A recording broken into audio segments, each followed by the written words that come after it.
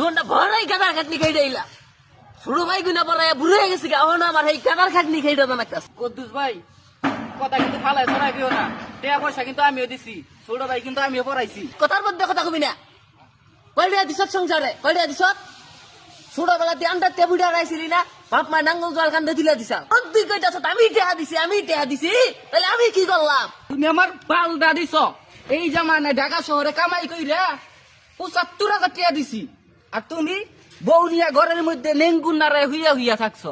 ৭৫,০০০ মারাও, ৭৫ পয়সাও তুই বাইতে দাস টাইকা। তুই কি দিছ আমি জানি না রে, কি দিছ তুই? তুমি তো এটাও জানো, তুমি আমার পড়াইছো, ঢাকা শহর থেকে যে টাকা কামাই করে করে দিছি, এইটা তো কোনো সময় কইলে না তুমি। যা কমু তোর সামনা সামনি কমু, তোর মতো এই বেলে ফোন ধরে আমার পিছে যায় পুতুর পুতুর সুদামু না করছিলাম।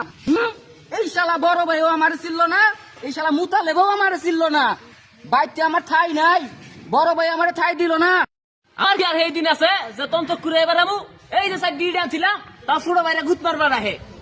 শালা ছোড়র আর ইতো দুষ অনেকে আঙ্গ কার্য করার লাগে। দেও একটা বিড়ি দেও।